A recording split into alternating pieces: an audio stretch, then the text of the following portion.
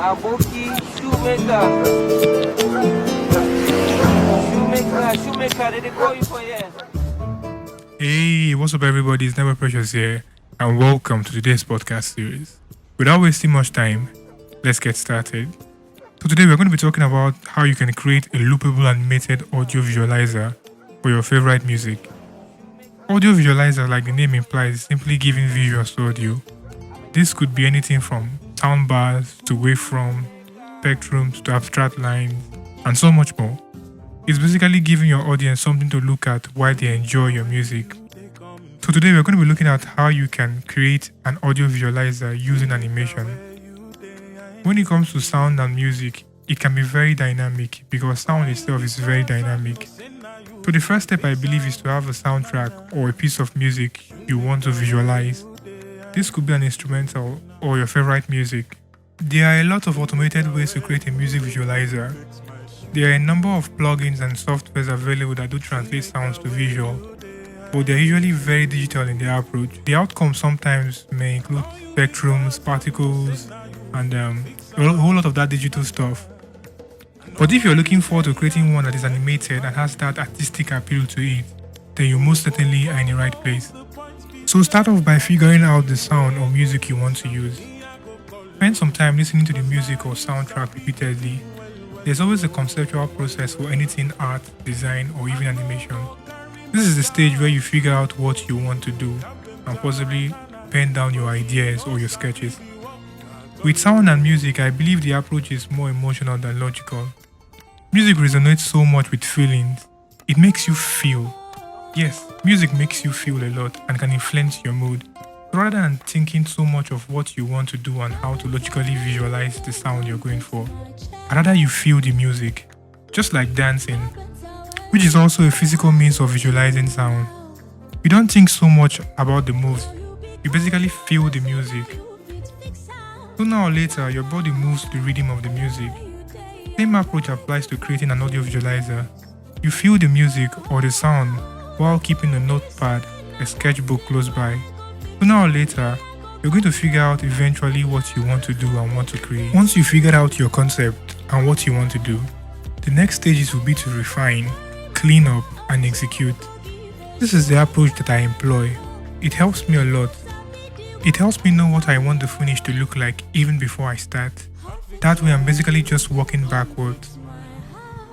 Finishing something in your head before starting it is always a great way to approach any project, and it always helps. With animation, especially 2D animation, there are processes involved. Animatic, rough pass, background, layout, line art, color, light and shade, final composite. So I start off with making a rough pass or animatic of the movement I'm going for. In this case, the idea and concept is to have just the dress of a character, who is a ballerina, to have the dress billow and sway in the wind. A whole lot of defining the motion and how you want the movement to look like is handled in this stage. And with frame by frame animation, you have absolute creative liberty to basically draw what you want to see and what you want the movement to look like.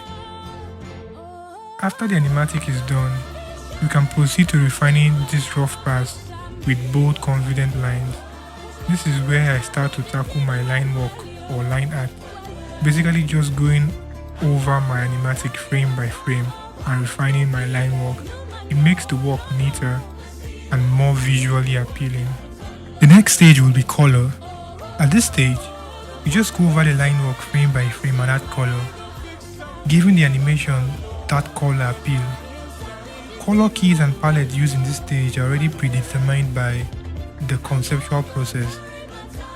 After color, to give your animation a solid treatment and some form of depth, you then proceed to defining a light source and adding in some light and some shade. Final composite is bringing animation, background, and graphics into one single composition. This process I've always done in After Effects, as it is a very favorite software for me when it comes to compositing my 2D animated scenes. For your background, you can have your backgrounds painted in your preferred paint software. It could be Procreate, Adobe Photoshop, Clip Studio Paint, Krita, Or you could even paint traditionally on paper and have your background scanned into a computer. Once your animation is done, background is done, Final Composite brings all of this together into one single unique composition. Not forgetting the sound and music, as what we are creating is an audio visualizer. So when you combine your sound and music with your background and the animation you just created, ladies and gentlemen, you've just created an animated audio visualizer. Follow these steps, pointers and tips, and you too can create your own animated audio visualizers. They come fix my shoes. Shoemaker, where you there? I need you now. That's it for today's podcast, guys. Hope you found this helpful. If you did, please kindly let me know down there in the comment section. And also, don't forget to like, subscribe, and share as always, because you know sharing is caring. Once again, it's Never Precious signing out. And I see you. I need you. I call you because I know say now you feel fix out. I know where you there, I know where to find you. Oh, oh, oh, oh, the points be saying my best you way go fix up. Me,